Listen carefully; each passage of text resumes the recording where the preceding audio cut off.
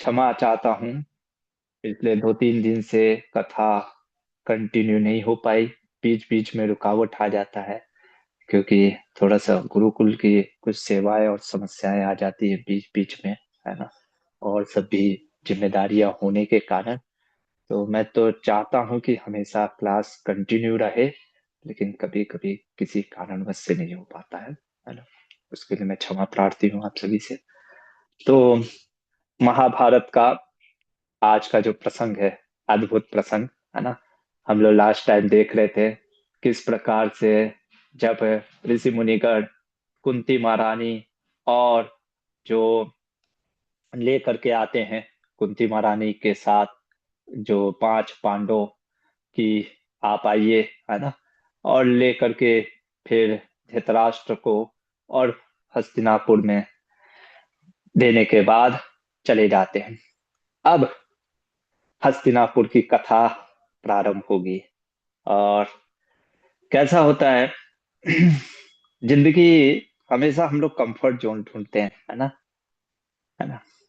Life में हम सोचते हैं कि जहाँ आसान चीज हो वो हमको बड़ा प्यारा लगता है। लेकिन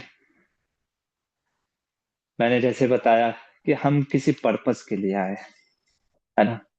जीवन में हमेशा कोई ना कोई पर्पस के लिए और खास करके जो महान व्यक्ति होते हैं ना, वो अपने जीवन में प्लेजर के लिए नहीं, पर्पस के लिए जीते हैं। तो महाभारत का ये 127वां अध्याय है। आपके सामने स्क्रीन में शेयर भी करता हूँ, है ना। नीलकंठ चतुर्धर के 128वें अध्याय का ये श्रृंखला है। तो इसमें महाभारत के में वर्णन आता है कि व्यास मुनि अपनी माता और अंबिका अंबालिका और सबको लेकर के निकल चुके हैं, है ना। उसके बाद वैशंपायन मुनि कहते हैं कि जो पांडव थे, वेदोक्ता संस्कारा पांडवास्तदा, वेदों का संस्कार इत्यादि सीख रहे थे, बड़े हो रहे थे। अब यहाँ पे थोड़ी सी भीम जी की लीला बताई जा रही है। बाल क्रीड़ासु। और बचपन में भीम थोड़े से नटखट स्वभाव के थे। क्या नटखट करते थे, जैसे दो चार महाभारत वर्णन करता है ना। कि यहाँ पे देखिए, फलानि वृक्षमारुहा विचिन्वन्ति च ये तदा तदा पाद प्रायेण भीमा कंप्यते द्रुमान। बालक पेड़ पे चढ़ जाते थे। अच्छा, बड़ा अच्छी बात है कि पहले वैदिक काल में, जैसे हम अपने गुरुकुल के छात्रों को भी कहते हैं पेड़ पे चढ़ने के लिए, है ना। तो पहले पेड़ पे चढ़ते थे, है ना। जो बालक होते थे। आज तो हम लोग सीढ़ी भी नहीं चढ़ पाते, हमको लिफ्ट चाहिए होता है है ना। एलिवेटर चाहिए होता है। बच्चों लोग को भी मैं देखता हूँ, मैं अपने गुरुकुल के स्टूडेंट लोग को कहता हूँ थोड़ा सा मेहनती बनो, है ना। अभी जैसे गए हैं गुरुकुल के बच्चे, है ना, संकीर्तन करने के लिए, है ना, सब्जी मंडी इत्यादि में, है ना। मैंने कहा जाओ, है ना। तो ये बालक सब पेड़ पे चढ़ गए। अब पेड़ पे चढ़ करके फल खाने रहते थे। और भीम थे बचपन से बलवान। आप तो पता ही है, वायुदेव के, है ना, साक्षात वायु के अवतार है, हमारे मध्वाचार्य कहते हैं। नीचे से वो मारते थे लात, किसको? पेड़ को। किस लिए? फल गिरे। अब इतना जोर से प्रहार करते थे कि पेड़ पूरा हिलने लगता था। और पेड़ के साथ साथ बच्चे भी गिरते थे धड़ाम से है ना। तो ऐसी ही नटखट चीजें करते थे। महाभारत वर्णन करता है, देखिए 24वें अध्याय में, है ना। बाल यान द्रोह चेतसा वृकोदरा अप्रिय तिष्ठद्यंतम बाल या द्रोह चेतसा, बाल स्वभाव से। ये याद रखिएगा, ये 127वां 24वें श्लोक का। ये मत में मन में लाइएगा कि वो कोई द्वेष की भावना से करते थे। बाल स्वभाव, कुछ बालक होते ना, हमारे गुरुकुल में भी एक दो ऐसे बालक है जो हट्टी, मतलब थोड़े से कह सकते हैं, बाल स्वभाव ज्यादा है उनके अंदर, है ना। मस्ती मजाक ज्यादा करते हैं, है ना। तो बाल स्वभाव के थे। लेकिन यहाँ पे वर्णन आता है कि ये जो धृतराष्ट्र के पुत्र थे, खास करके दुर्योधन और दुशासन, इसको हो गया क्या? द्वेष की भावना। आप देखो, अक्सर लोगों को द्वेष की भावना किससे होती है, किस व्यक्ति से ज्यादा होती है? जिस फील्ड में हम आगे हैं। अब दुर्योधन को लगता था कि मैं बलशाली हूं, पर वो देखता था भीम मुझसे ज्यादा बलशाली निकल रहा है, तो उस मामले में द्वेष। सिंपल सा चीज है, जैसे मान लीजिए आप कुकिंग बहुत अच्छा करते हो, तो आपसे ज्यादा अच्छा कोई कुकिंग कर दे तो उस समय हमें द्वेष होगा, है ना? अब जैसे मान लीजिए मैं सास को पढ़ाने वाला हूँ, मान लीजिए कोई कुकिंग अच्छा भी कर दे तो मेरे को उससे द्वेष नहीं होगा। हाँ, लेकिन कोई अगर सास को पढ़ाने वाले में तो द्वेष की भावना रहती है, तो आ जाती है लोगों को, है ना? कोई कीर्तन ज्यादा कीर्तनिया होगा, उससे ज्यादा अच्छा कोई कीर्तन करने लगा, अरे, है ना? आप समझ रहे, सेम फील्ड में चीजें ज्यादा प्रभाव करती है। तो भीमसेन को सबक सिखाने के लिए, वृकोधर को, है ना, इसने एक षड्यंत्र रचा। देखो, बचपन से ही षड्यंत्रकारी था कौन? दुर्योधन। कुछ लोग कहते हैं कि प्रभु जी, दुर्योधन ना शकुनी के कारण दुष्ट हो गया, वरना तो दुर्योधन बहुत अच्छा था। अरे, शकुनी के कारण दुर्योधन अच्छा नहीं हुआ, दुर्योधन पहले ही से दुष्ट था, बैड था। हाँ, शकुनी के कारण वर्स्ट हो गया, ये कह सकते हैं, है ना? लेकिन वो साक्षात कली था, कली, है ना? उसके प्रति कोई भी हमको एकदम प्रेम की भावना नहीं रखनी चाहिए, है ना? कि ऐसा नहीं सोचना चाहिए अरे भाई दुर्योधन महान था, कोई महान नहीं था। अब हुआ क्या कि, हाँ, शिला मध्वाचार्य कुछ वर्णन करते हैं, वो भी मैं आपको दिखाता हूँ। ये अध्याय 14वां है ना? मध्वाचार्य कहते हैं अपने एक श्लोक में, 68 नंबर का श्लोक है। क्या कहते हैं मध्वाचार्य, जरा देखिए। बड़ा सुंदर बात कहते हैं कि, मध्वाचार्य कहते हैं, अस्मिन इते विनिहिता अखिलाश्च पार्थता, तक्यो बलाश्च निहितुम मैं बलाढया, है ना?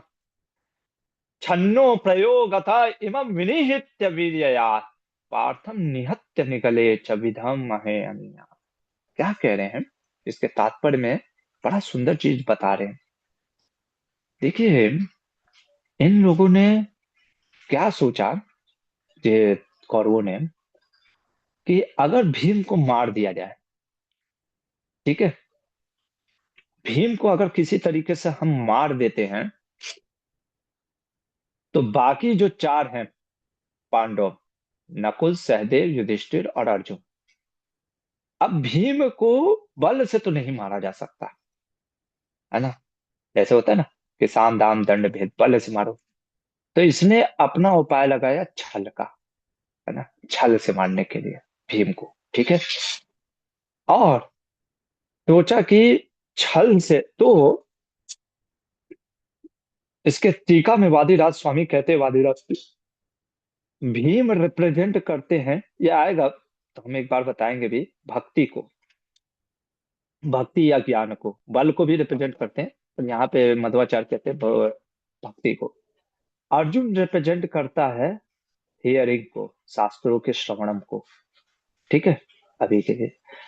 युधिष्ठिर रिप्रेजेंट करता है धर्म को, है ना, धर्म को। और नकुल सहदेव जो है रिप्रेजेंट करते हैं, वो आपके बाकी जो धर्म है या वो चीज है ना। नकुल सहदेव के लिए क्या बोलते हैं? वादिराज तीर्थ। एक मिनट, मुझे समझ लीजिए, कुछ तो करते हैं, मैंने कहीं लिखा था।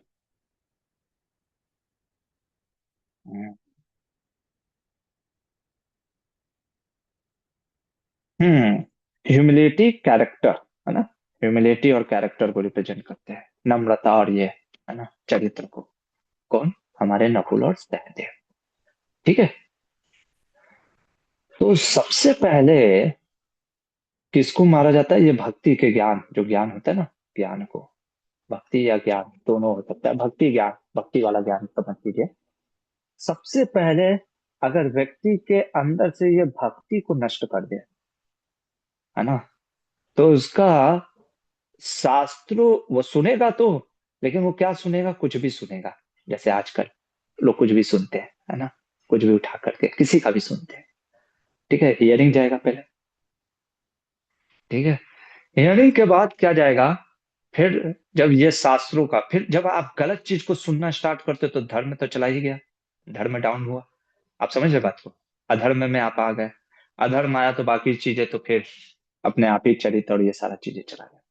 ये गहराई का चीज बता रहे थे शिला मध्वाचार्य।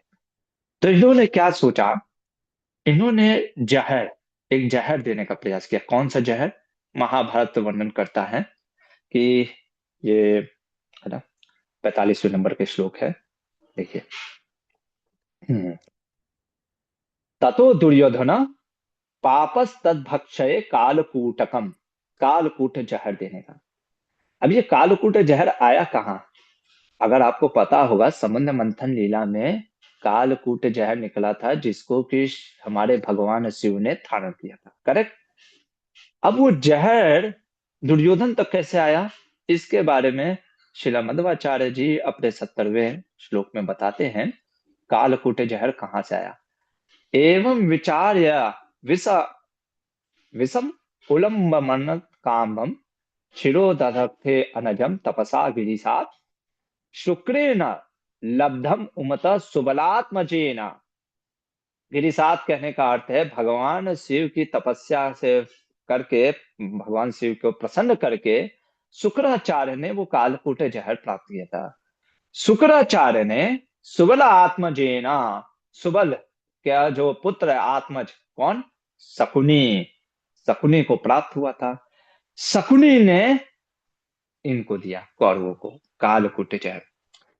महाभारत वर्णन करता है कि इतना सुंदर इसने भव्य निर्वहन किया, बहुत सुंदर, एकदम गंगा के तट के किनारे बड़े बड़े इमारतें, बड़े बड़े एकदम खेल क्रीड़ा सब चीजें बनवाया, है ना। और देखिए अगला श्लोक में, 46वें श्लोक में सुनिए, है ना। स्वयं उत्थाय चैवात हृदय न छुरोपमा, हृदय छुरे के जैसा है। लेकिन दुर्योधन बड़ी मीठी मीठी बातें कर रहा, कह रहा है भैया तुम ही तो हमारे अच्छे भाई हो, आ जाओ, आज हम लोग साथ में रहेंगे। महाभारत से, मैंने पहले भी बताया, महाभारत हमको सिखाता है कैसे ऐसे ऐसे लोग भी हैं जो मुंह पे आपके तारीफ करेंगे, है ना, और somehow अदर बोलना नहीं चाहिए। कभी कभी मैंने देखा भक्तों के अंदर भी ये भावना रहता है, ये भक्तों के अंदर भी जो कपट की भावना होती है ना, कि मीठी मीठी बातें करना और पीछे बुराई करना उसी व्यक्ति का, ये कपट, है ना, ये कपट हमारे भक्ति को खा जाएगा। कभी ऐसा नहीं करना चाहिए। खैर, दुर्योधन एकदम मीठी मीठी बातें करता है, आज सब लोग साथ में रहेंगे, सब भैया साथ में खाएंगे, हम और आप एक हो, है ना। तो अब किसके पास जाता है दुर्योधन, ये चीजें जाकर के बोलता है युधिष्ठिर महाराज को। युधिष्ठिर महाराज कहते हैं ठीक है। सभी जाते हैं, सब खेलते हैं, है ना, सारे बच्चे खेलते हैं, सारे कौरव और पांडव जल क्रीड़ा भी करते हैं।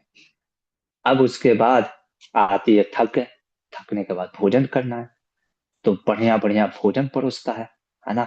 और उस भोजन में कालकूट जहर होता है। अच्छा, क्या भीम को ये पता नहीं चला था? अब वो देखिए, मध्वाचार्य जी तो कहते हैं कि भीम को पता था, है ना, कि कालकूट जहर है। कैसे पता चला? तो इसके बारे में श्रीपाद मध्वाचार्य अपने में लिखते हैं 71 वर्ड्स में कि युजुत्सु, युजुत्सु याद, एक बालक जो कि वैश्य जाति के से धृतराष्ट्र को जन्म हुआ था, 101वां पुत्र जिसको कह सकते हैं गांधारी के अलावा। अब वो क्यों बताएगा प्रभु जी, है ना?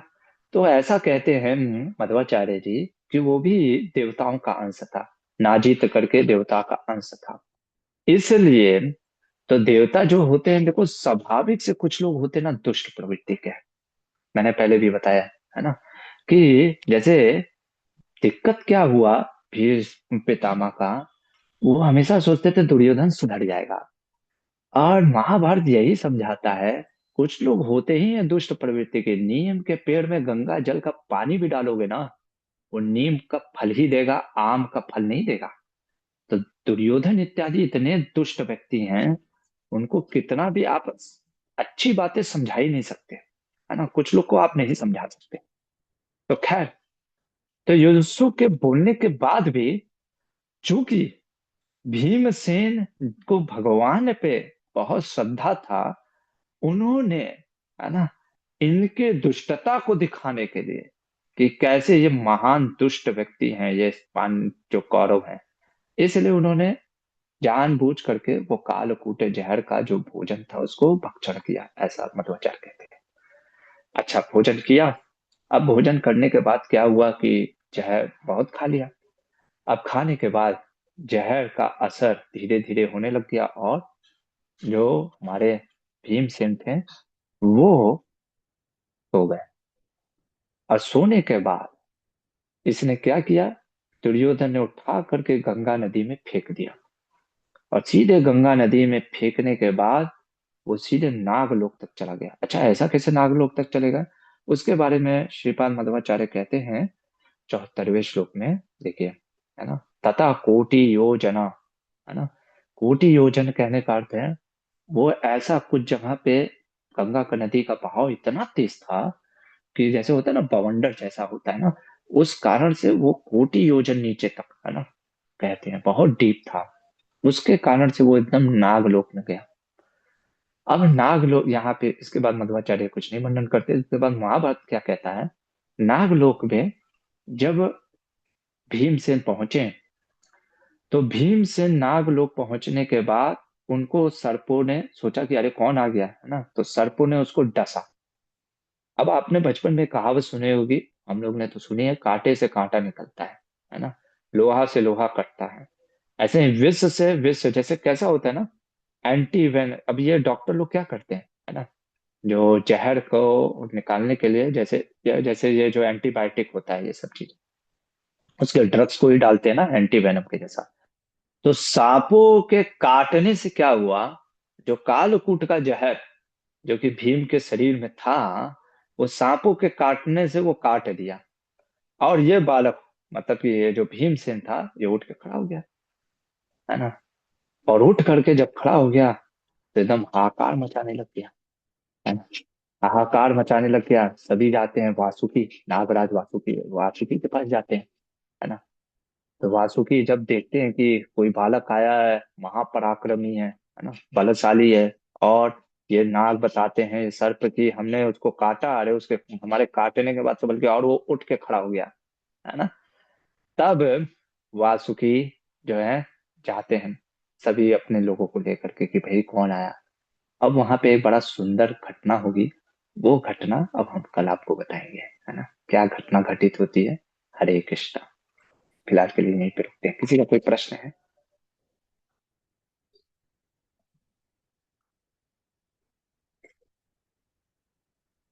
हरे कृष्ण प्रभु।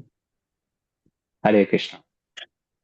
प्रभु जैसे आप बता रहे हो कि ऐसे लोग होते हैं दुष्ट, जो जितना भी समझाए उन्हें वो समझते नहीं है। तो हम्म। फिर उनसे क्या करना है? जैसे हमारे डे टू डे डीलिंग्स में भी ऐसे लोग होते हैं जो जैसे हमारे पैसे लेके रिटर्न नहीं करते हैं, या बिजनेस में चीटिंग करते हैं, या दुष्टता करते हैं।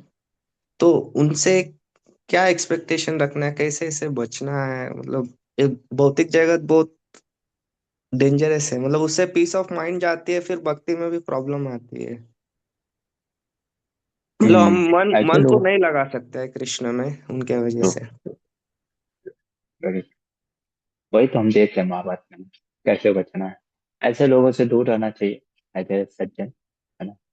और अगर दूर नहीं रह सकते तो अपने आप को बचाना चाहिए, है ना, अपने भक्ति को बचाना चाहिए, अपने आप को बचाना चाहिए, प्रयास करना चाहिए कि कैसे समझना चाहिए। इसीलिए तो महाभारत पढ़ रहे हैं कि समझना है। ऐसे ऐसे लोग मिलेंगे, मिलेंगे।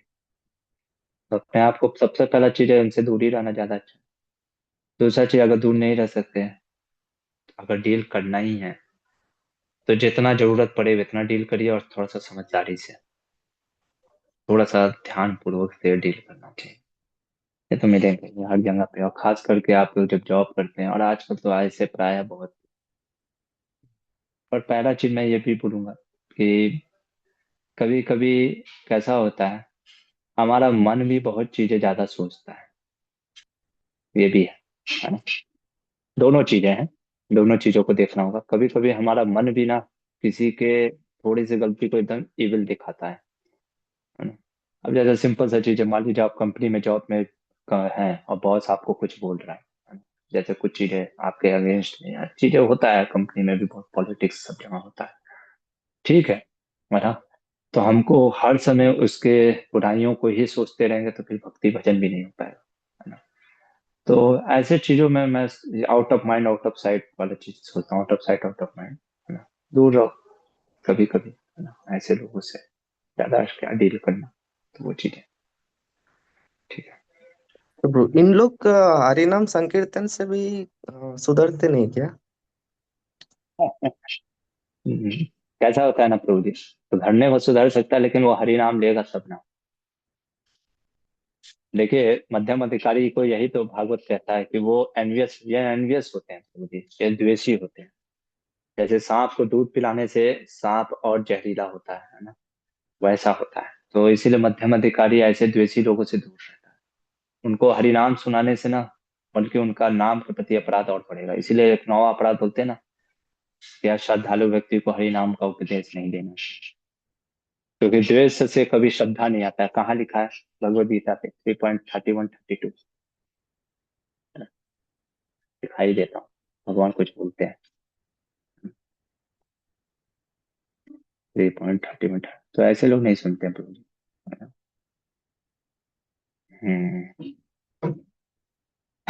श्रद्धावंतो अनासूयंतो, देखो भगवान कह रहे हैं ना, श्रद्धावान अनासूयंतो मुच्यन्ते ते अते कर्म भी, है ना, फ्री फ्रॉम एनवी।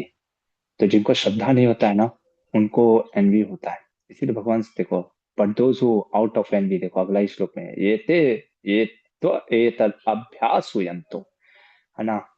वो जब एनवी होते हैं ना, disregard their teaching and do not follow them regularly, अश्रद्धा के कारण नहीं होता है। एनवीएस के कारण व्यक्ति, आपको मेरे से ईर्ष्या होगी तो आप मेरी बात कर, सिंपल सी चीज है। तो ऐसा, ठीक है प्रभु जी। ओके, थैंक यू, हरे कृष्ण। हाँ, हरि बोल। यस, भास्कर प्रभु, गो अहेड। प्रभु जी हरे कृष्णा, धन्यवाद प्रणाम। प्रभु जी जैसे प्रभु जी ने बोला, तो प्रभु जी एक्चुअली क्या है कि मैं भी उसी फील्ड में हूँ। तो अभी समाज में 99% मैं तो कहूँगा कि लोग इंटॉक्सिकेशन या उसमें है। प्रभु जी सबकी थिंकिंग ये हो गई है कि चीटिंग करनी ही करनी है, चाहे आप जितना केयरफुल होके रहिए।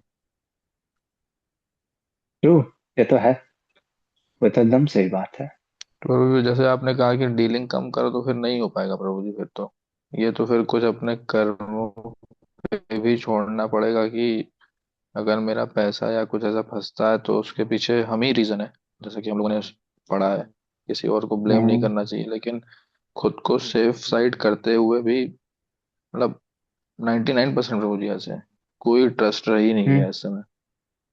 वेरी ट्रू, वही चीज है। इसलिए देखना पड़ेगा, जितना हम कर सकते हैं, बाकी अपना।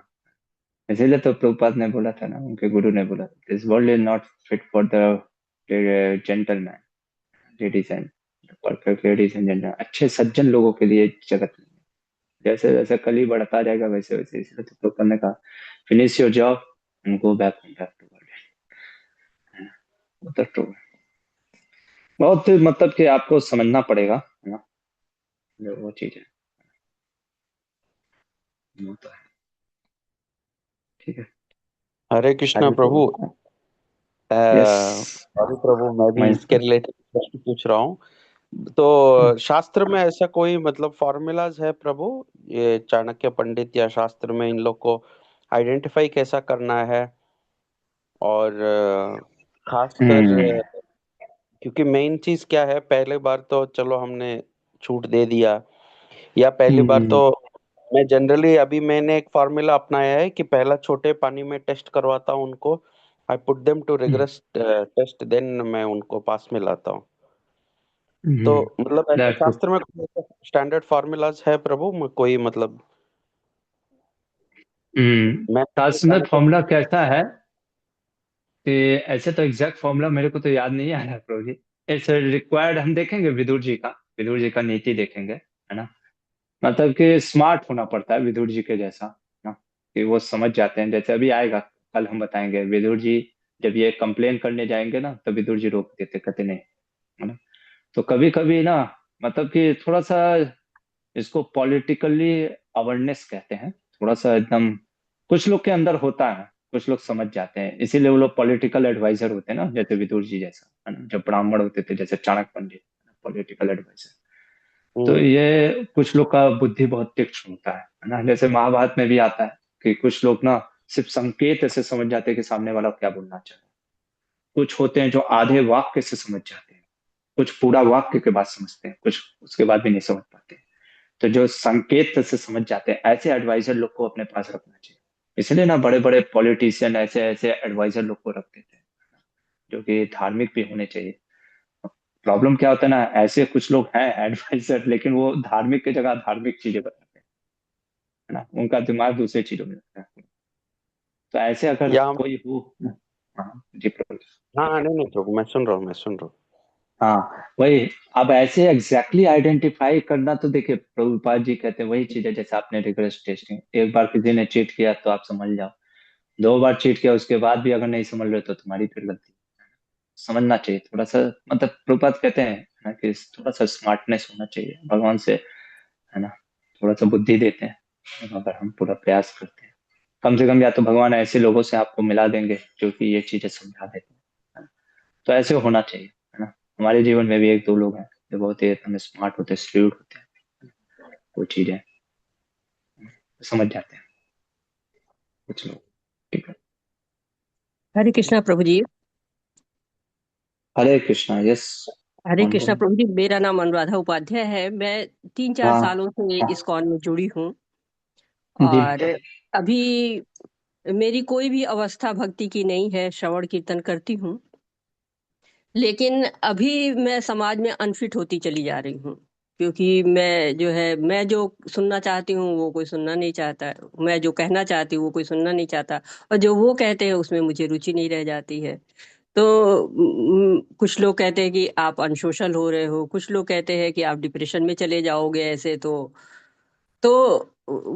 मेरी ये प्रॉब्लम है कि मैं इस भौतिक जगत से और इस जो है वो अपने इस मतलब कुछ लोग कहते हैं आप वैराग्य हो गया है, तो वैराग्य बहुत बड़ा शब्द होता है। मैं कहाँ फिट हो रही हूँ मुझे खुद नहीं समझ में आ रहा है। आप कहाँ रहती है माता जी। मैं उत्तर प्रदेश में कानपुर में रहती हूँ मैं, प्रभु जी। ठीक है, तो कानपुर में भक्तों के संग में, अगर वहां पे भक्तों का संग मिले तो भक्तों के संग में रहिए थोड़ा सा ना। आपको मत चित्ता, भगवान कहते हैं ना, मत चित्ता मत गता प्राणा बोधयंत परस्पर। तो भक्तों के संग में रहेंगे तो थोड़ा सा भक्तों का संग करिए, अपने जो भक्त हैं तो उनसे आप चर्चा कर सकते हैं भगवान की इत्यादि। ऐसा नहीं है, वो तो हर को बोला जाता है, जो भी भक्ति में आता है तो उसका स्वाभाविक हो जाता है कि उसका ये सब भौतिक चीजों में मन ज्यादा लगता नहीं है। तो इसलिए हम भक्तों का संग, इसीलिए प्रभुपाद ने ये इस्कॉन संस्था बनाया है। तो जितना हो सके, जैसे आज संडे है, अगर हो सके तो जाइए, है ना, इत्यादि ऐसी चीज वो बोलते हाँ, हैं माता जी भक्तों बहुत। से, जी प्रभु जी, भक्तों से साथ होता है, ऑनलाइन होता है। ऑफलाइन क्योंकि दूर है बहुत ज्यादा इस्कॉन मंदिर, तो कभी रोज रोज मौका नहीं हो मिले। पाता। हाँ हाँ, हाँ, जाते या हैं आसपास, लेकिन आसपास ढूंढिए कोई भक्तों का, कहीं अगर कुछ सेंटर या प्रोग्राम चलता है तो वहाँ पे भी जा सकते बहुत दूर है प्रभु जी, 17-18 किलोमीटर दूर पड़ता है, हैं। तो ओके। पर डे नहीं आ जाना हो पाता है। हाँ जो नहीं, है मैं 15 समझता हूँ, दिन में। हम्म। पर दिन तो नहीं हो पाएगा। फिर भी प्रार्थना करिए भगवान से, है ना, जो चीज हो सके। हाँ, वो भौतिक जीवन बिल्कुल अलग चलता है। वहां पे पार्टीज चाहिए, वहाँ कपड़े कैसे हैं, वहाँ जी जी ज्वेलरी समझ कैसी है, वहाँ इस तरह की बातें हैं, उनका समझ। ये उनका वो उसमें रुचि ही नहीं रह गई।